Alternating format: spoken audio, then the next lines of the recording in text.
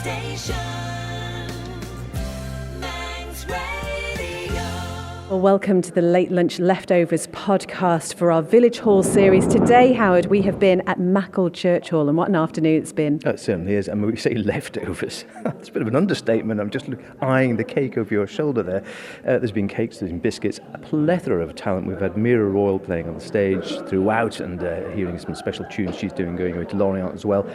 An amazing array of pictures just showing the history of the village hall around here and the sheer amount of sort of talent and you really do pick up on this sense of community here as well, which has gone through the ages. We were looking just over my left shoulder down here. We've got that fantastic big picture we were talking about earlier on, which goes back to about 1910, I think. The hall, you can see the hall itself has hardly changed at all. And you've got all these people in their Sunday best bib and tuckers sitting outside there, proudly outside their hall, which would be obviously new then. Here it is now, 119 years later, is that right? Just about, something like that. Well, yeah. No, 109 years later, maybe put an extra decade on there. And people are still using it, which is absolutely terrific.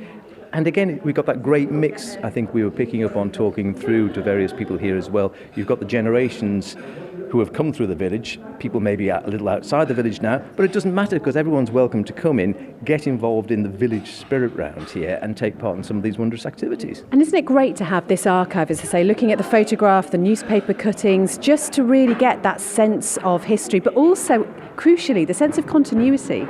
Yeah, and I think that's what it's all about in many ways, isn't it? Because you've got this continuous line all the way through from the early part of the 20th century into what now, coming up to the second decade of the 21st century.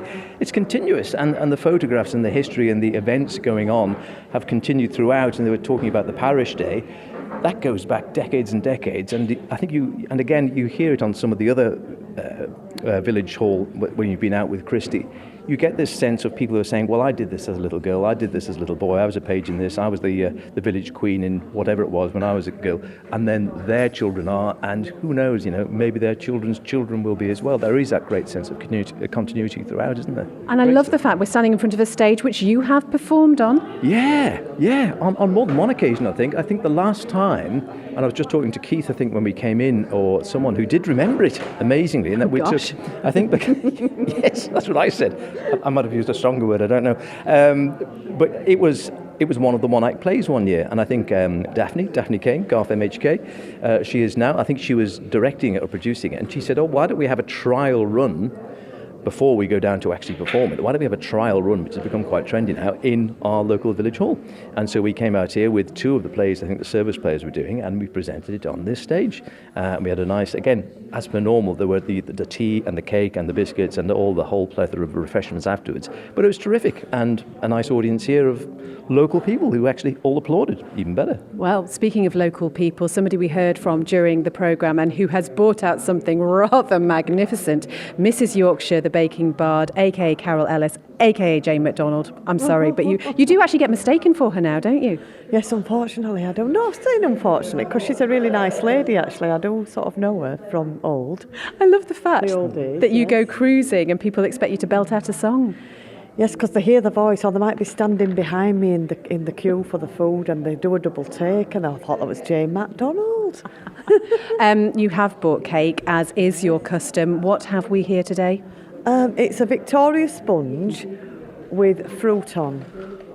I mean, you make it sound very simple. Howard, it is anything but. I wouldn't say so. I mean, bearing in mind that I have been twice disqualified from the best Victoria sponge made by a man in the Croncavalli Flower and Produce show, then I can't, what can I say? I mean, I'm not in a position really to, other than the fact that I keep making, you see, I'm allowed at the very classic, they always say, the classic Victoria sponge, if you're being really strict, they say, oh no, it's got to be with caster sugar on the top. Yeah. Oh yeah, no icing sugar. Yeah, I put icing sugar, I was disqualified. No, I know. Oh my goodness. Well, this is a debate for another day. Well, yes. We heard one of your wonderful poems during the programme. You have another one for us, and this is about the nearest town to these parts. The nearest town to these parts is Ramsey. This is my nearest town. I absolutely love Ramsey as well. And every day I get a lift into Ramsey every morning with my husband, and I walk back to Maughold village, and I walk along the looking at the Queen's Pier, which they're restoring at the moment, looking over the South Bay, So I was inspired to write a poem.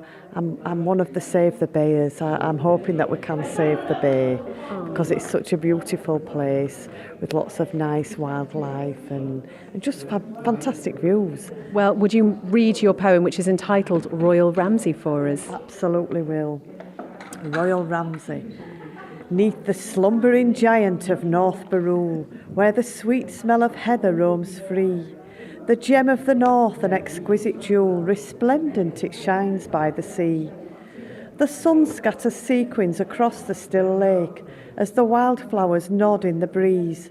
The picturesque Morag, your breath it will take as the wind lightly drifts through the trees. Stopping to chat down on Parliament Street, the town's steady, strong beating heart. Familiar faces just happen to meet, a place for new friendships to start.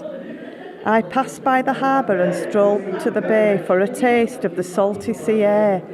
The wind nudges gently the boats as they sway as it blows the loose strands of my hair.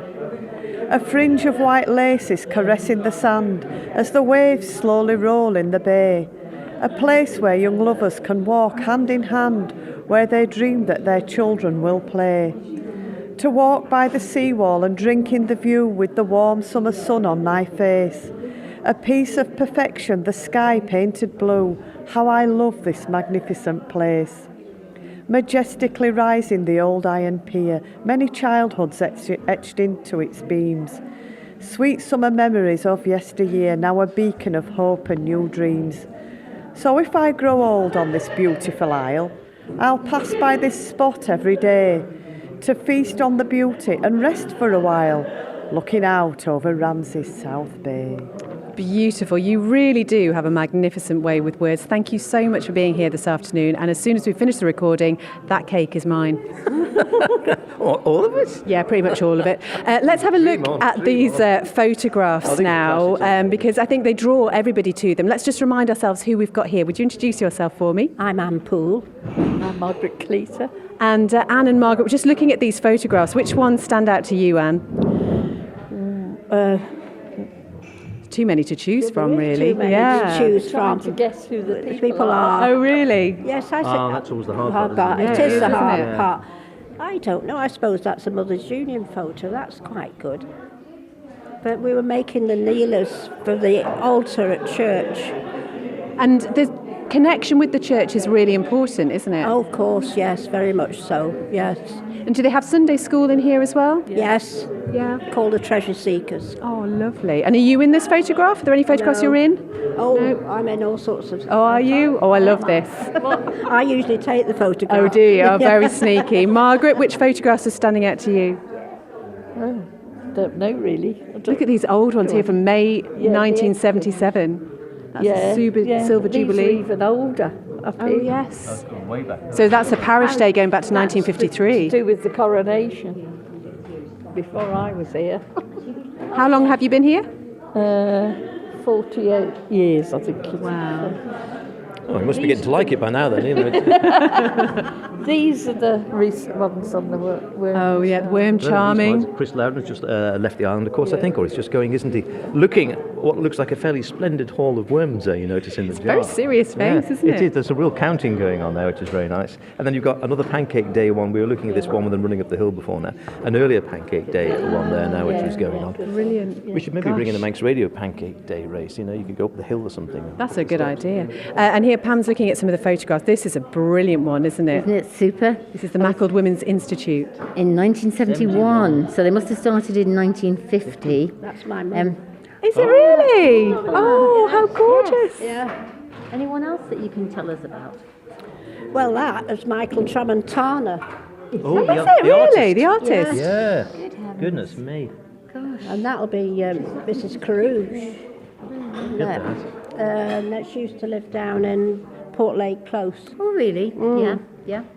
Yes. And I rather like this one too, with the institute outings during the early 1950s. That's Yeah. right. Ladies, were they down? Is that down? All with Have you hats. seen them? Well, usually they have hats, don't they? Well, exactly. They always had hats on. Even the gents wore hats. You see, in the Yes, sort of Warm, you see. yeah. Well, I suppose so. Well, we Yeah. didn't have the central heating that they've got these days. And look at this, Beth. This is a classic as well, isn't it? Isn't it Maughold's wonderful? Home Guard. Oh, It isn't does it? look for all the world like one of the pictures that they used to have on the credits for Dad's Army, didn't they? You've got all the Really guys, does. the Yeah. local men of the village there, all dressed up and preparing to defend if the invasion ever came, which Yeah. happily it didn't. Gosh, it just shows just how much these walls have seen over the years. Oh, I think that's the whole thing, isn't it? You get into any of these village halls and there's always that real sense of history when you get in there, but also, as we were saying before, they move with the times as well, and that it's not just about what's gone on in the past, it's what's about going on now, and they're always planning for the future and getting new blood in. So just with Kath Collister again, and I mean during the programme we really focused on just how important this place is to you, because it really is, isn't it? Yes. I could tell you some stories about it, but I won't. Oh really? That sounds like stories we want to know There's an about. offer, Beth. It was a guide Christmas party we had up here, and we didn't usually get a ride anywhere, but there were two of us coming from Glenmona, and on this occasion her father brought us here, but unbeknown to him or me either, she'd arranged to meet two lads at the plaza in Ramsey. So he drops us off here, and we had to scamper all the way back to Ballajora to get the tram to go into Ramsey to meet the lads to come back up here. But we had a charabanc to go home. We always had the charabanc. There always were charabancs, you see, yeah. Yes, The old yes. Sunday school picnics and such like, you always had a chara. Absolutely, yes. Do you know about charabancs, do you? I've heard. 29 seaters they were. But it was a good party, I think. I think, and it sounds like there are many more tales, Kath. But there's somebody else very significant associated with Maughold, and you have one of the poems. Just tell us a little bit about Kathleen Farragher. Well, Kathleen was born in Ramsey. Her father was a grocer, and she was one of, I think, 5 children. But I think she could well have, nearly was my aunt, because my mother had gone out with one of her brothers. But so they obviously remained friendly, because Kathleen went off to work in London, and she came back in, I think it was probably about 1948, 49. I was only quite small, and I can remember going down from Glenmona on the tram to Ballure and walking down to her house down there. But I was very fascinated by her hair, because her hair, she always did it round her head very nicely.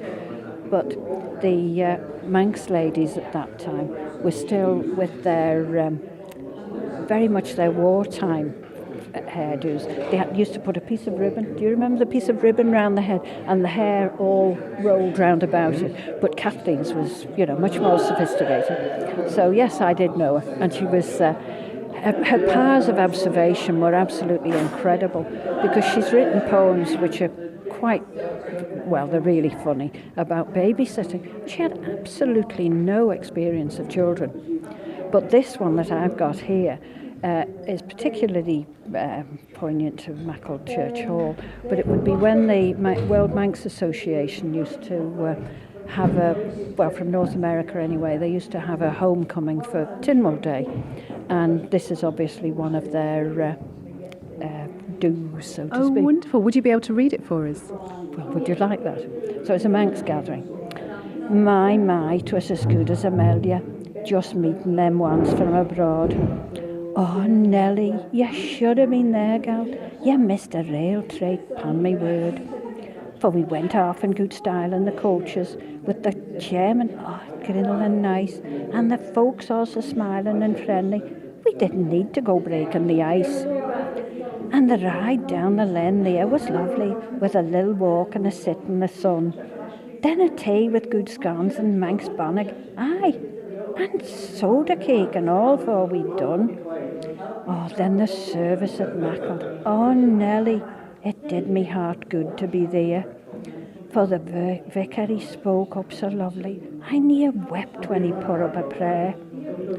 And he told how the Manx ones sailed foreign and wandered all over the world, but come back to put a sight on the island, for their roots is still deep in the soil. Then the singing, oh Nellie, it gripped you. I couldn't see for the tears, for my eyes were all dim. and you never heard nothing more stirring than that Manx fisherman's evening hymn. Then we all went across to the hall there for a cushion and a nice cup of tea, and the time flew like gulls on the wing, girl. So we put a fine end to the day by standing together and singing Ellen Bannon with heart, voice and soul.